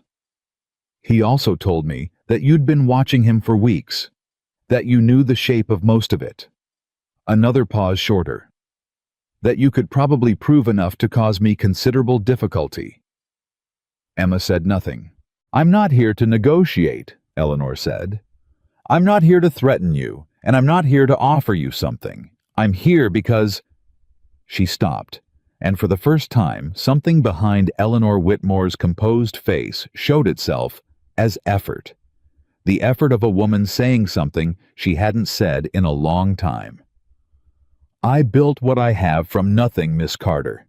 After my husband died, they told me I couldn't manage it, that I'd have to sell, that a woman alone couldn't run a cattle operation of that size. I've spent 15 years proving them wrong." Emma looked at her. "I know," Eleanor continued, "that what I tried to do to Wyatt Cole's property was wrong. I know that using Hank the way I used him was wrong." She held Emma's gaze. "I'm not asking you to forgive it. I'm asking you to hear that I know it." Emma was quiet for a long moment. "Mrs. Whitmore," she said, "I hear you." Eleanor nodded once, the nod of a woman who had said what she came to say and was not going to linger beyond it. "The deed challenge will be withdrawn by end of week," Eleanor said. "My lawyer will file the paperwork." Emma didn't let her surprise show. "Does Wyatt know?" "He will by this afternoon." Eleanor looked at her steadily. "I'm telling you first, because you're the one who made it impossible to do otherwise." She paused once more. "You're good at what you do, Miss Carter. Considerably better than I anticipated." Emma held her gaze. "You too, Mrs. Whitmore," she said. "From what I understand." Something moved across Eleanor Whitmore's face that might in different circumstances in a different story have been the beginning of a different kind of relationship entirely. It didn't arrive, but it moved in that direction. Eleanor turned and walked back to her carriage.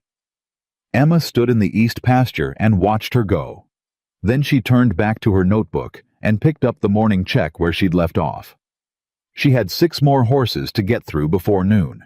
It was only later that afternoon, after Wyatt's lawyer called the conversation with Eleanor the most unexpected development of his legal career, and after Wyatt had ridden to file his own supplementary documentation, and after Peter had spent an hour doing fence checks and come back with the cut post wrapped in burlap as evidence that Emma allowed herself to feel the full weight of the last 24 hours. She was sitting outside Shadow's stall when it hit her. Not dramatically, not in a rush. Just the slow settling arrival of all of it at once, the cliff edge in the dark and the rain and Shadow's trembling, and the conversation in the barn, and what Wyatt had said about Alice, and the blanket on her shoulders, and Eleanor Whitmore's face this morning, and the deed challenge being withdrawn, and the fact that this ranch was going to be all right. Shadow's nose appeared at the stall door. She reached up and put her hand against his jaw without looking. "We made it," she told him. He exhaled, long and slow and completely. She closed her eyes and breathed it in. The barn smell, the horse smell, the cedar and hay and leather that she had grown up in and lost and found again in the most unlikely place at the edge of the world. And she let herself feel quietly, and without showing it to anyone but the horse that she was exactly where she was supposed to be. What she didn't know yet was that Wyatt Cole had stopped walking toward the house and was standing at the barn door watching her. He stood there for a long moment. Then he walked away without saying anything and went to write a letter to his lawyer that contained alongside the legal instructions one additional paragraph that had nothing to do with the deed challenge and everything to do with what he had decided somewhere between the cliff edge and the barn floor and Eleanor Whitmore withdrawing her claim. He was going to need a second opinion on that paragraph. He knew exactly who he was going to ask. The letter took Wyatt 3 attempts to write, not because he didn't know what he wanted to say. He knew exactly what he wanted to say.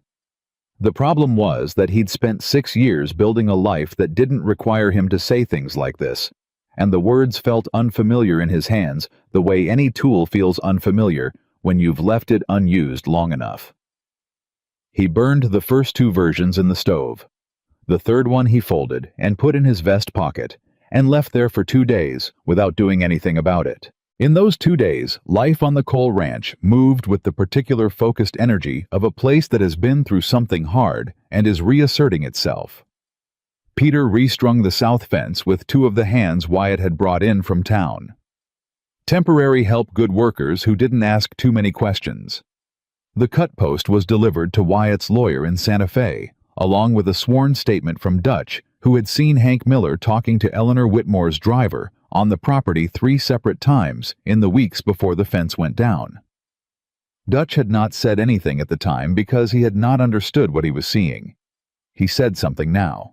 Emma ran the morning checks with the efficiency of someone who has been doing a job long enough to do it without thinking about the mechanics, which left the thinking part of her free to pay attention to everything else.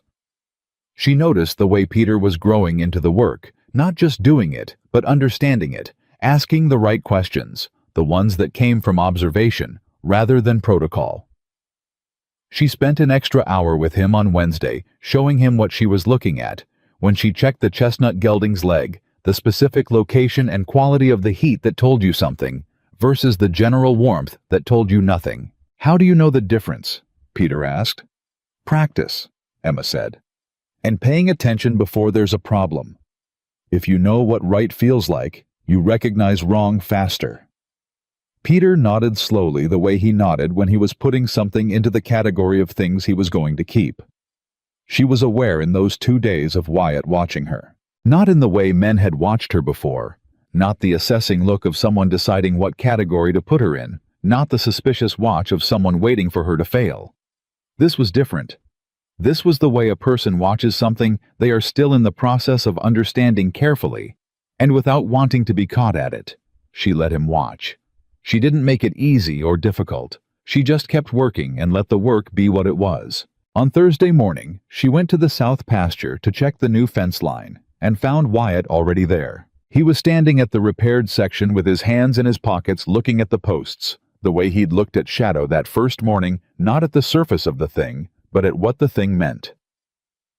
She walked up beside him and stood there, and neither of them said anything for a moment.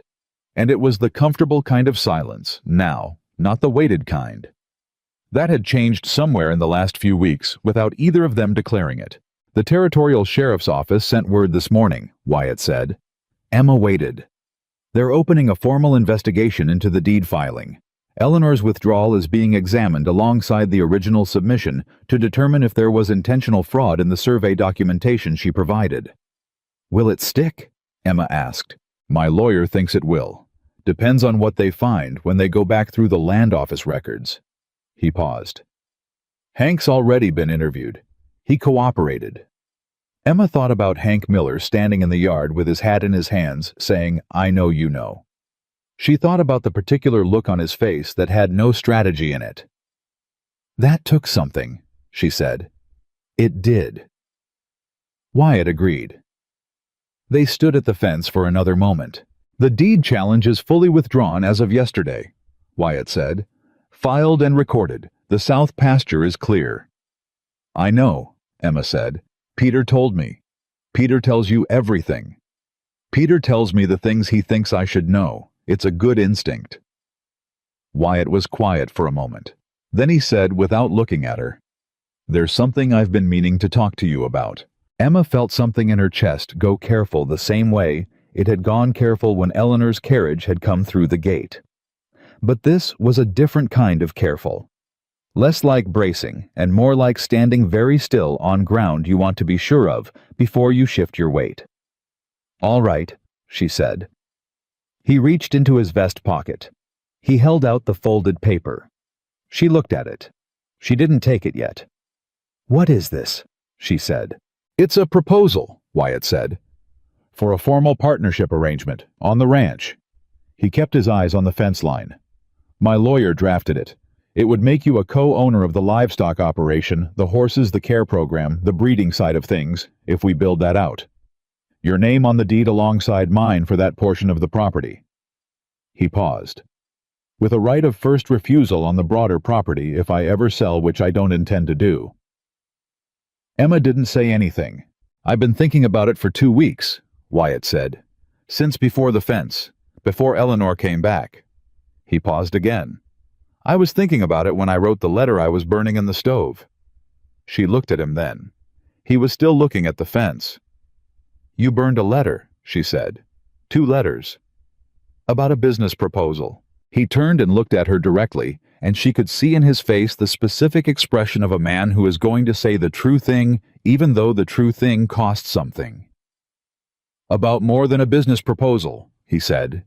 The silence that followed had the quality of a thing that had been held at a distance for a long time and was now in the room with them, taking up its proper space.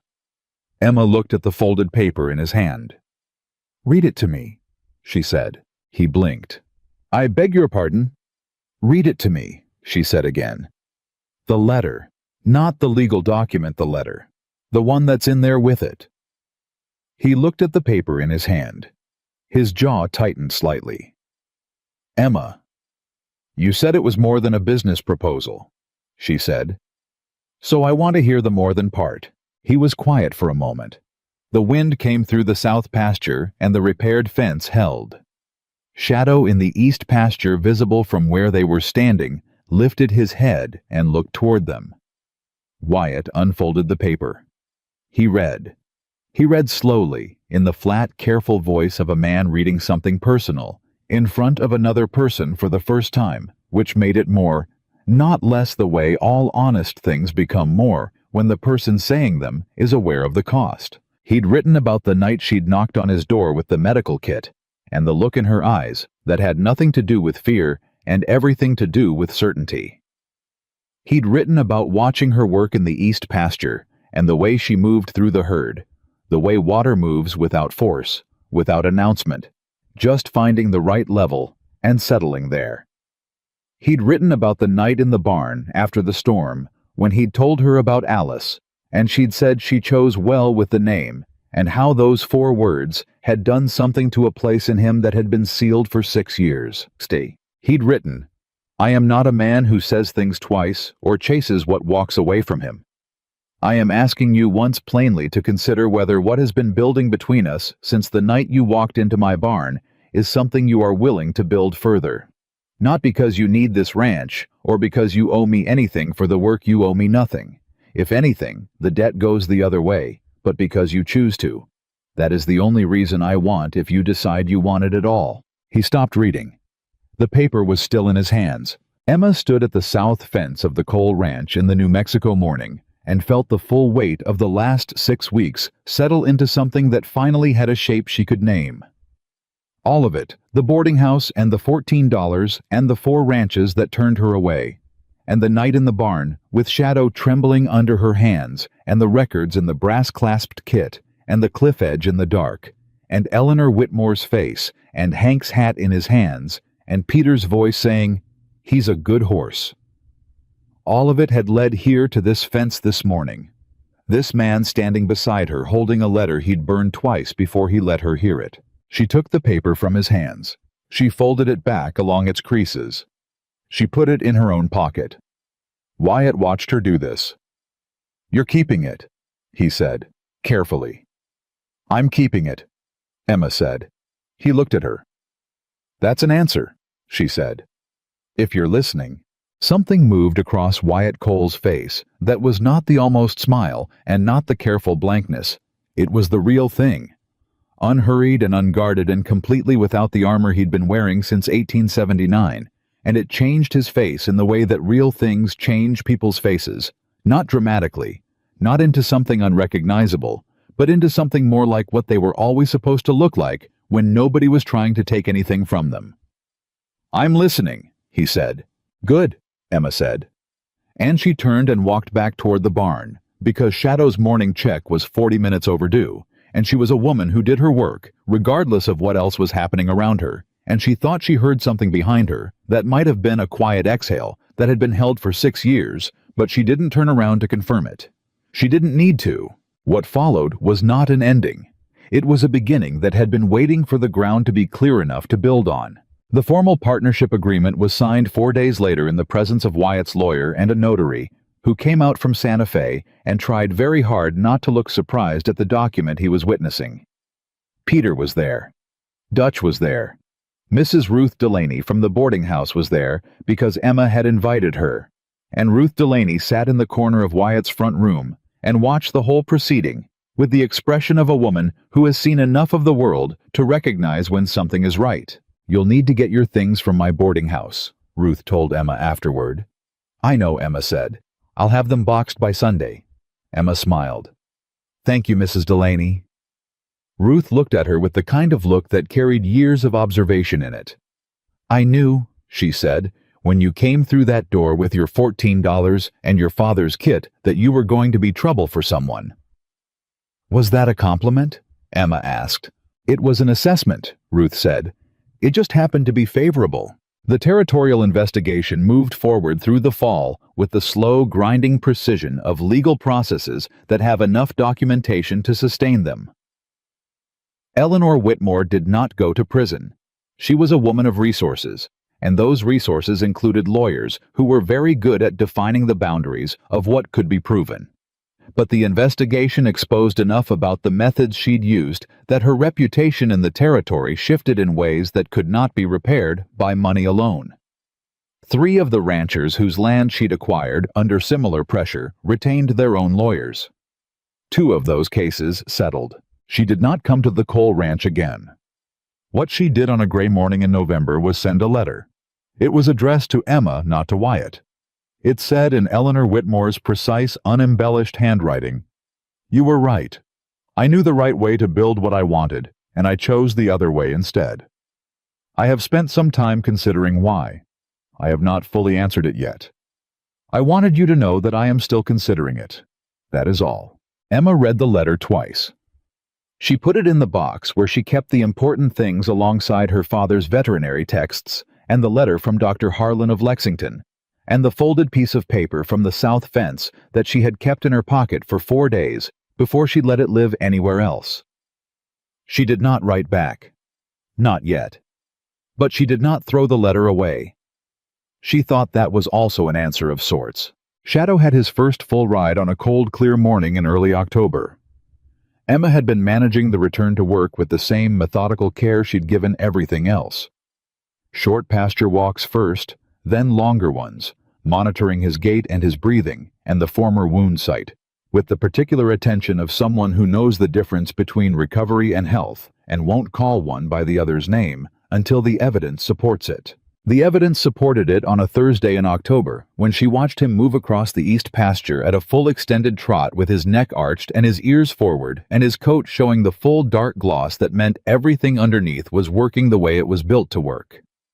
She'd stood at the fence for a long moment just watching. Then she went to find Wyatt. She didn't say anything when she found him. She just looked at him and then looked north toward the east pasture, and he understood immediately and followed her back without asking. He stood at the fence and watched Shadow. Emma watched Wyatt. She watched his face do the thing it did when he was feeling something he hadn't given himself permission to feel yet, the careful blankness, holding for a moment, and then not holding, and then whatever was underneath coming through, the way water comes through cracked stone slowly, and then all at once. He was quiet for a long time. Then he said to Shadow, or to the air, or to whatever part of him had been keeping Alice's memory like something breakable in both hands for 6 years, Look at you." Shadow tossed his head and picked up a canter clean and powerful across the morning grass. Wyatt turned to Emma. He said, "I'd like to take him out tomorrow, if you think he's ready." "I think he's ready," Emma said. "Go before the temperature drops, early." "Will you come?" She looked at him. He was asking something more than the question. "Yes," she said. "I'll come." They rode out before dawn the next morning, Shadow and Wyatt in front, and Emma on the gray mare she'd been rehabilitating since she first noticed the navicular signs in September. The mare who was not fully recovered, but was moving better than anyone on the ranch, except Emma had believed she would. Emma had fought quietly and consistently for that mare's treatment for 8 weeks, and the mare had earned her confidence back in the way animals earned things incrementally and without drama, just by doing the work of getting better. She thought that was something she and the mare had in common. They rode north in the dark, through the terrain that Emma had crossed on foot in a storm 2 months before, and in the growing light of the early morning it was different. Not smaller. The land was never small here, but knowable in a way. It hadn't been in the dark. She could see the trail she'd run, the rock she'd hung the lantern on, the edge of the drop where she'd found Shadow with his front legs on solid ground and his back legs on ground that was letting go. She looked at Shadow now, moving under Wyatt with the ease of a horse who has come back fully into himself, and felt the particular pride that belonged to this kind of work. Not the loud acknowledged pride of a public victory, but the deep quiet kind that lives in the body, in the hands, in the knowledge of what you did in the dark when nobody was watching. Wyatt reined in at the top of the first rise and looked out at the territory spreading south and east in the early light. Emma pulled up beside him. "Beautiful," she said. He looked at her. "It is," he said. She was talking about the land. She was not entirely sure he was. She didn't look away. "I want to ask you something," she said. "All right." "When you first let me into that barn," she said, "when you gave me the one night, what made you do it?" He thought about it. She liked that about him. He didn't answer before he'd thought about it. "Your hands," he said finally. "My hands. I looked at your hands. Not your dress, not your—" He made a small gesture that meant the thing women were usually assessed by. "Your hands. And I thought those are working hands. Those are the hands of someone who has been doing this long enough that the work is in them." He paused. "I'd been wrong about people before, but I trusted the hands." Emma looked at her hands on the reins, worn smooth on the right palm from the medical kit clasp, calloused at the base of the fingers. A faint scar on the left thumb from an instrument that slipped in a dim barn in Missouri at 2 a.m. 6 years ago treating a horse that hadn't made it. The hands of someone who had kept working after the thing that didn't make it. "My father's hands looked like this," she said. "I know," Wyatt said. "I thought they might." She looked at him. "He taught you well," Wyatt said. "Whatever else happened, he taught you well." Emma felt something move through her that she hadn't felt in a long time. The particular kind of grief that isn't all grief, that has gratitude threaded through it. The grief of missing someone while also being glad for what they left you with. She didn't try to stop it or rearrange her face around it. She just let it be there for a moment in the early light on the back of a recovering mare on the edge of a ranch that was hers now as much as anyone's. "He did," she said. "He really did." They rode back in the full morning light. The weeks that followed were the building kind. The kind Emma had not had in 2 years. Not just work, but the work of making something, accumulating small decisions and small improvements that added up day by day to something with a future in it. She hired 2 additional hands for the horse operation, both women, which caused the kind of talk in Red Hollow that she had long since stopped worrying about, partly because the work spoke for itself, and partly because Mrs. Ruth Delaney, who knew everyone in Red Hollow and had opinions about most of them, had started telling people that Emma Carter was the best thing to come through her boarding house door in 20 years, and Mrs. Delaney's opinions tended to move through town with the efficiency of weather. By November, the East pasture herd was the healthiest it had been in years. The gray mare was walking without favoring. The chestnut gelding's leg had been correctly diagnosed and treated and would not be a problem come spring. The records Emma kept were the kind of records that told the true story of an operation, not just what had happened, but what was coming, what needed watching, what could be prevented before it had to be fixed. Wyatt watched her build it. He didn't interfere and he didn't step back. He was present in the particular way of a man who respects work that isn't his by understanding when his involvement helps and when it doesn't, and who has learned to tell the difference. He sat with her in the evening sometimes while she wrote her notes, reading his own correspondence at the table, and the silence of those evenings had become the kind of silence that was its own language, easy and inhabited and belonging to both of them equally. She moved her father's medical kit from the tack room to the house in November. She didn't announce it. She just brought it in one afternoon and set it on the shelf by the window, and that was where it lived now. Wyatt looked at it once and then left it where it was, which was the right response, and she had known by then that he generally gave the right response when something mattered enough to look at carefully. On a Friday evening in late November, Peter knocked on the house door and came in looking like a young man who is carrying news that is both exciting and slightly terrifying. "Miss Carter," he said. Then he looked at Wyatt. "Mr. Cole." Then back at Emma. "There's something in the north barn I think you need to see." They followed him.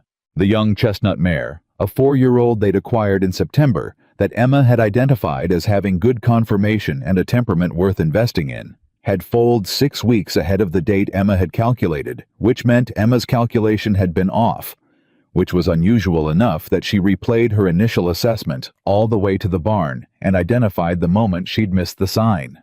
The foal was on his feet, already on his feet, which was what Peter had needed them to see, not the fact of the foal, but the fact of him standing dark as shadow, but with a blaze of white on his forehead that caught the lantern light leaning into his mother's flank, with the determined, slightly indignant energy of something very new to the world that intends to be in it fully.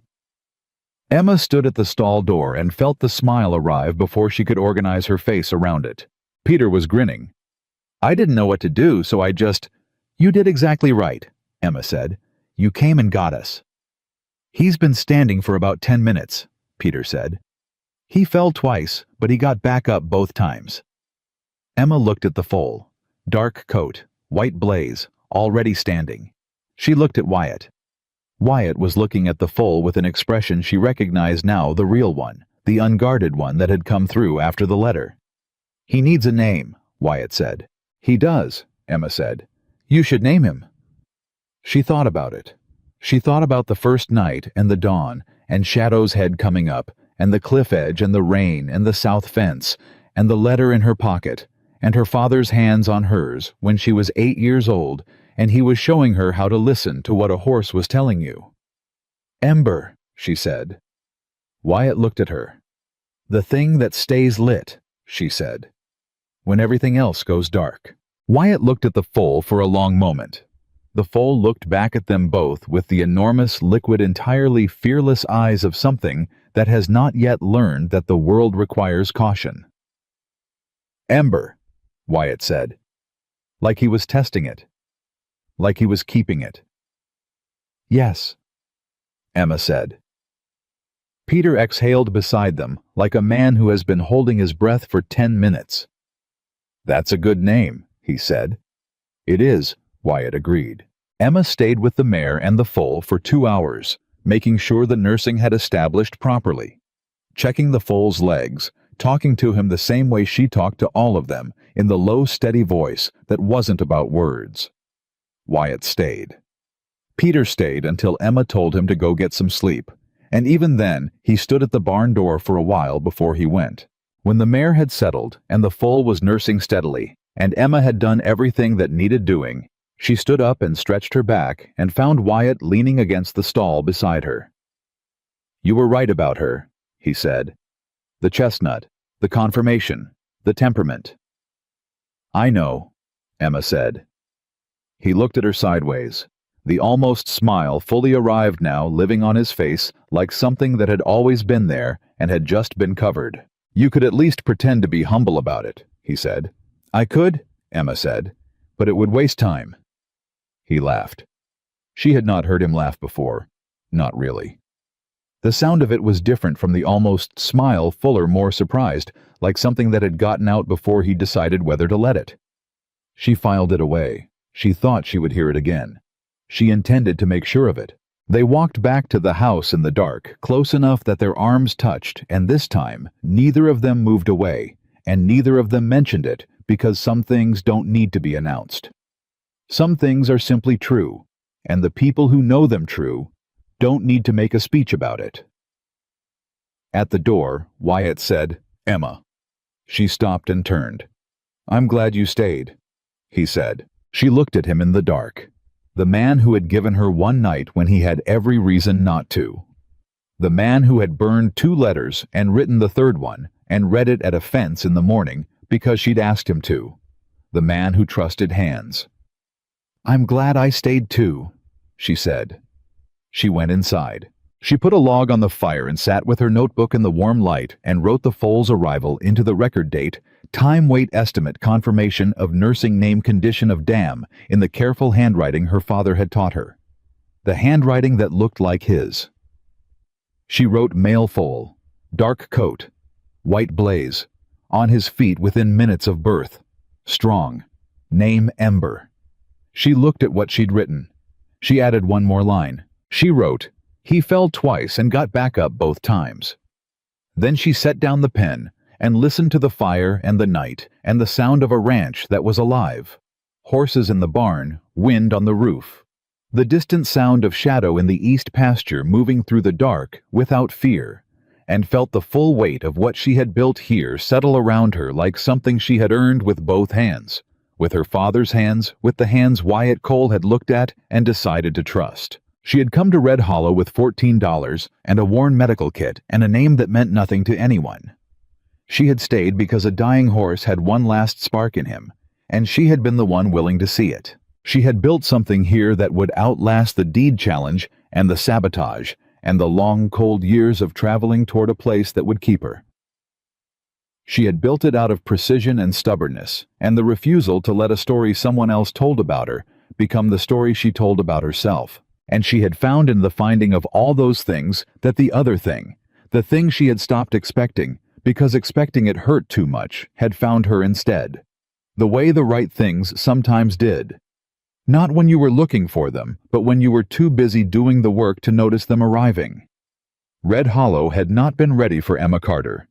It was ready for her now. And Emma Grace Carter, daughter of a man who had taught her that animals speak through pain and movement and silence, keeper of a brass-clasped kit, worn smooth from years of doing things right. In the dark co-owner of a ranch in the Sangre de Cristo foothills, the woman who had pulled a dying horse back from the edge, and in doing so, had pulled a whole life into a shape worth living, was exactly, completely, irrevocably home.